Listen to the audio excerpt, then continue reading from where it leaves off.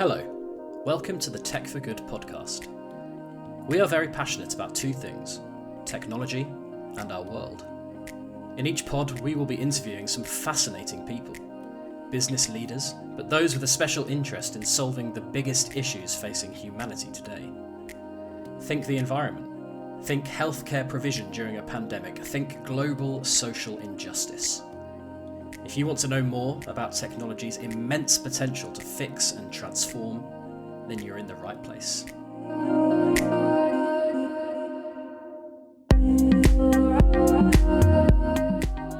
In this episode, I speak to Gemma McCall. Gemma is co-founder and CEO of Culture Shift, which offers businesses a reporting platform to identify and prevent harassment and bullying. In the interview, Gemma discusses the most common forms of workplace harassment, how her own experiences shaped her career, and why data and maybe even artificial intelligence can help overcome this problem.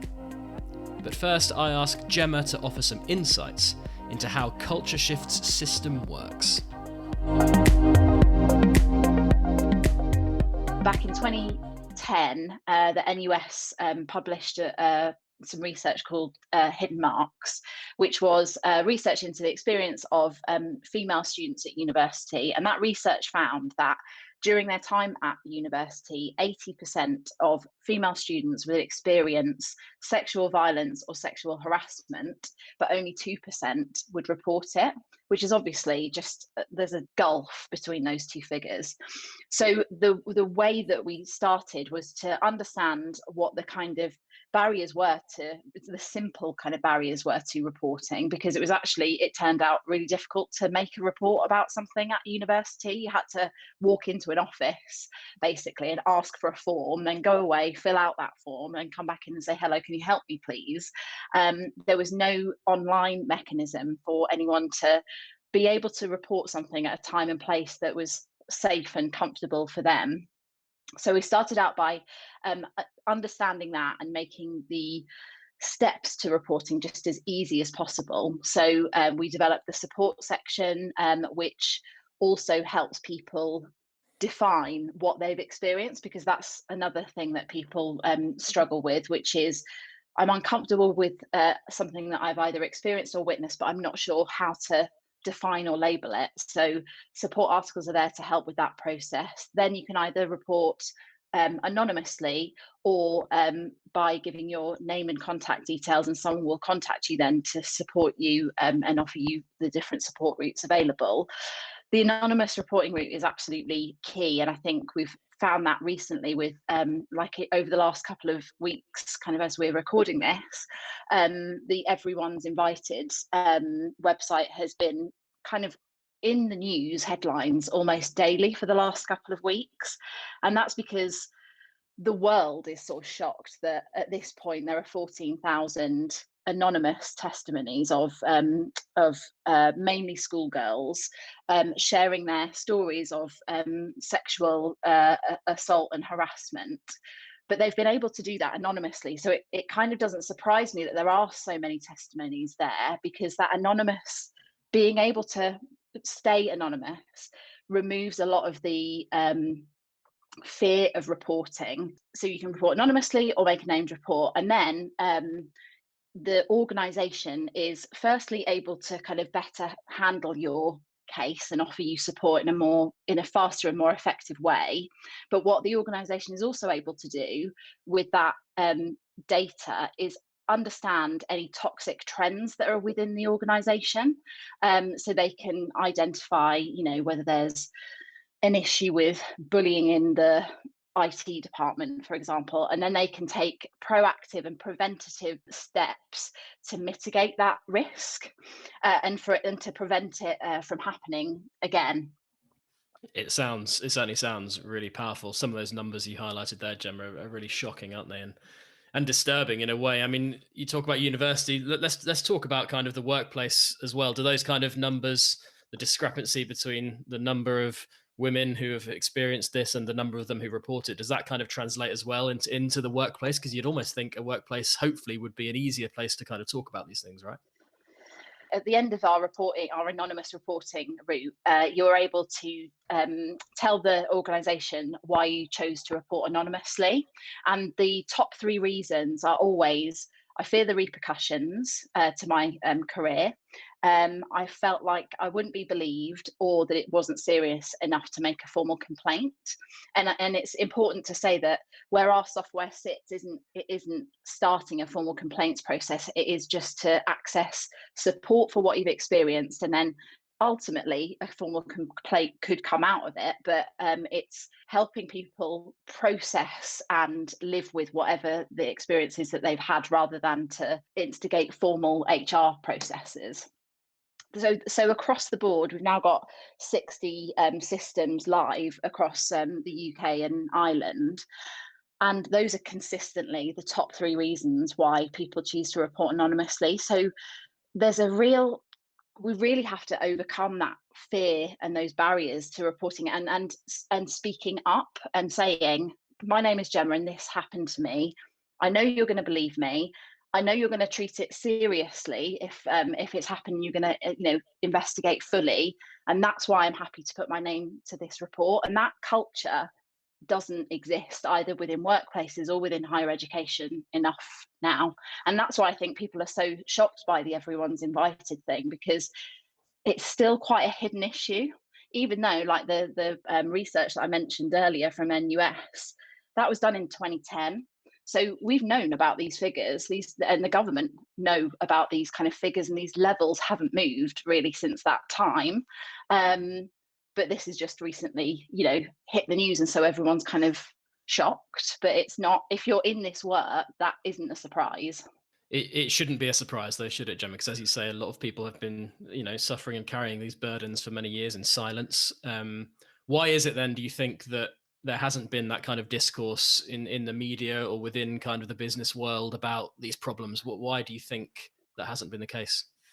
I think it was the TUC did some research and found that the cost of bullying in the workplace costs the UK economy £18 billion a year. So that's like taking into account obviously legal costs and cost of investigation of specific instances, but also the cost of presenteeism, loss of work when people are signed off with stress, etc., etc., etc. But they found that it was costing the UK economy £18 billion a year. So when you understand that statistic, and you think, well, that's ridiculous. What a ridiculous waste of money. Yet we're still in this place where it is easier to kind of silence the person who's experienced it and move them out of the organisation, rather than get to the root cause of why it's happening. Because getting to the root cause of why it's happening is quite difficult, and it's challenge, and it's hard work to change culture. Sometimes, in some of the bigger organizations, it's like turning an oil tanker around. It's significant change work. But I think we need to start having the conversation much more publicly, and I think it is happening, actually. It's very rare that a week goes by where a business or an organization isn't called out for mishandling either bullying or racial harassment or sexual harassment. Like just, in the last kind of month or so, we've had the chairman of KPMG having to step down because of something that he said in a meeting. We've had the allegations of bullying at Goldman Sachs. There's there's a number of kind of high profile organisations that do hit the media for mishandling it. I don't know whether the consequences are big enough yet for getting it wrong. And I think maybe if that changed, then that might have the positive impact that we're looking for. It's kind of sanctions and negative repercussions that will maybe make people sit up and listen, rather than the kind of hidden costs, if you like, of bullying. Hello, I'm Daniel Brigham, editor of Tech for Good magazine. I hope you're enjoying this podcast, and if you want more, you can head over to techforgood.net for some compelling and thought-provoking stories. From high-tech insect farms that could solve world hunger to a global mission to counter the spread of COVID-19 disinformation, we've got Tech for Good covered. You can read and subscribe at techforgood.net.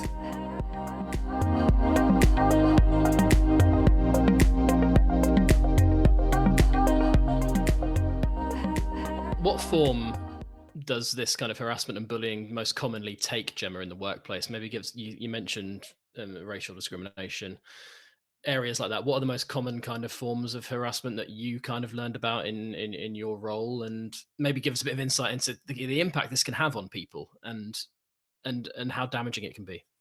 So the most common forms are harassment, and that's harassment of people with protected characteristics under the Human Rights Act. So that is women, people of colour, LGBTQ plus, disabled people. There is generally high levels of harassment from of people who kind of fit into those categories. People don't feel able to call it out in it, like as it's happening, because that's a very difficult thing to do. Like I talk about being an active bystander all the time, and I absolutely sign up to the theory of being an active bystander, but when you're in the situation, it's really awkward and it's really hard to call it out. So I don't think kind of that happens enough. So incidences are able to kind of slip by without being called out, and it's a lot of the kind of microaggressions that I think kind of people have started to understand more since the Black Lives Matter movement, kind of the resurgence of that with the protests and everything last year, and the talk around microaggressions more widely. That is what people suffer, and it chips away at you. You know, like suffering those small instances day in, day out, chip away. And that just, if you think about the repercussions of that just for a moment, not only is the person who is experiencing the harassment, troubled by that, but if they can't work, then that's potentially their families. The spiral of the finances and kind of pressures of that can then get out of control. The repercussions can be absolutely huge, and something that I'm really proud that that we exist because of the story that I'm about to tell you. But I wish that this wasn't the case. But we had one instance that we know about where someone left their suicide note in a report within the system, and the project manager who maintains the system at that organization came to us and told us about it, because he was convinced that had they not had the system, they wouldn't have been able to get to that person and intervene and save that person's life if it hadn't have been there, and they hadn't have been able to make that report at that time and place that they felt able to. So I'm hugely proud that we were kind of there to sort of be able to sort of support that person when they were in their darkest moment. But that is the level that we're talking about, that that the impact of bullying and harassment has on people. It impacts people's lives in the sort of most unthinkable way that you can imagine. And so we have to do something about it. We have to acknowledge the fact that it happens and do hard work to make sure that it stops happening to as many people as it is. Gemma, I want to ask about you and your kind of background. Tell us a bit about that and what inspired you to kind of go into this area and try and make a difference. So I've been sort of really passionate about my career, and absolutely have loved my career as a salesperson, which is my background. And then I got married and decided to have children, and faced discrimination both times round when I tried to return from maternity leave from having my kids. And the isolation that I felt the first time round really had a massive impact on my confidence and everything. And the thing is, when you're on maternity leave, obviously you're away from the workplace because your life has just changed, and you're looking after this this little being that you've just brought into the world, and coping with that. And then as the time starts to come where you're thinking, I'm going to go back to work and, sorting out nursery and everything, the horrible doubt of, am I going to be able to do this after a year off? Am I going to be as good as before? Or, that all those doubts that you have inside yourself exist. And then so I was made redundant illegally whilst, the first time round when I tried to return. And it was like someone had confirmed all the worst thoughts that I was feeling about myself. And that kind of knocked my confidence even more. And because you're kind of out of the workplace and you're not necessarily comparing, you're not talking to other people about your experience because you're quite embarrassed about it and everything. It's a massive vote of no confidence. Then when it happened the second time round, it was a few years later, and I had like Instagram as a bit of a kind of, not an outlet, but as a research, a place to find out information. And I came across this organisation called Pregnant Then Screwed, who said that I think in their last bit of research, they said that 69,000 women per year lose their jobs for going on maternity leave. And that was massive. And all of that was a huge eye-opener to me, because it was like, so I'm not the only one, I'm not alone in this. Actually, it's an issue that's happening to many, many women out there. And that's kind of when I first found activism, I guess, and decided at that point that I really wanted to do something that changed the status quo and made an impact. And so my business partners and I, we were running a digital agency at that point, and we sort of changed things kind of in agency world. But it was when we started to collaborate with the University of Manchester, and our eyes were like opened to these hidden issues within higher education initially, and then sort of very quickly afterwards understanding that it's not just like an issue in that pocket of society. It is across wider society, that I just kind of found my purpose, really. I wanted to do something that change the world in some way that means that I leave it in a better place than it was when I arrived. But also, having kids, and particularly having my daughter, I feel like it's my mission to change things so that she doesn't face the same sort of discrimination that I face. She can go off and have a baby and return, and her employers will understand that just because she's now a mum doesn't mean that she wants to be a career woman any less, or is even any less committed to doing the best work that she can. So that's my driver, really. And that's really inspirational, Gemma. And tell us how Culture Shift has kind of grown from that point where you decided with your business partners to go down this route.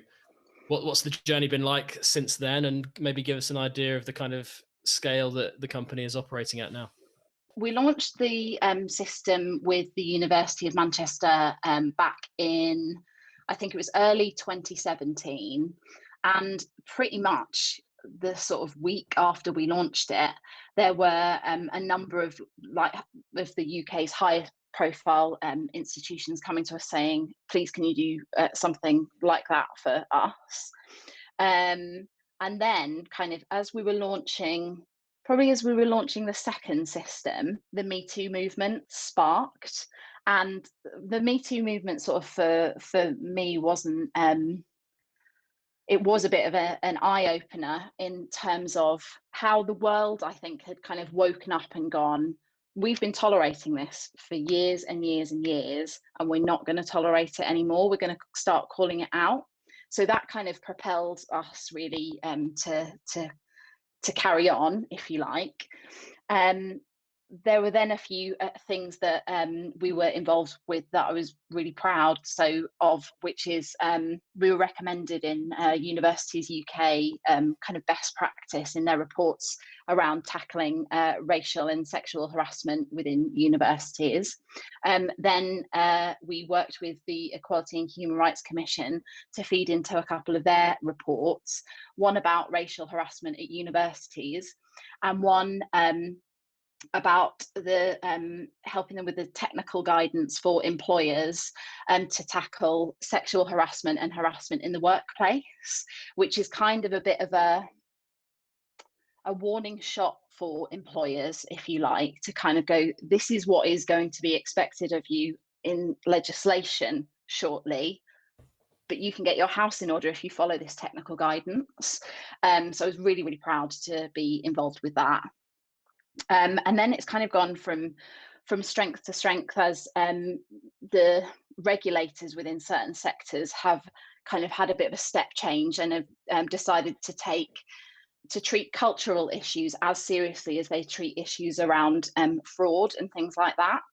Then last March, we closed our first VC funding round, which I was really, really pleased with, because at that point we were still bootstrapping the business, which for any business owners knows that that's quite a challenge, because you're sort of leading a bit of a kind of hand-to-mouth existence when you're first getting going. So the VC funding has enabled us to grow our team, which is just, they inspire me to like keep going and do it every single day. But it's allowed us to build the tech, and it's enabled us to amplify our message further. So it's been, even though obviously it's been against the backdrop of COVID, this year has been really exciting for Culture Shift in our kind of growth story. Do you want to keep up to date with the latest in enterprise, technology, and digital transformation? Visit digitalbulletin.com for news, long reads, thought leadership, and so much more. That's digitalbulletin.com.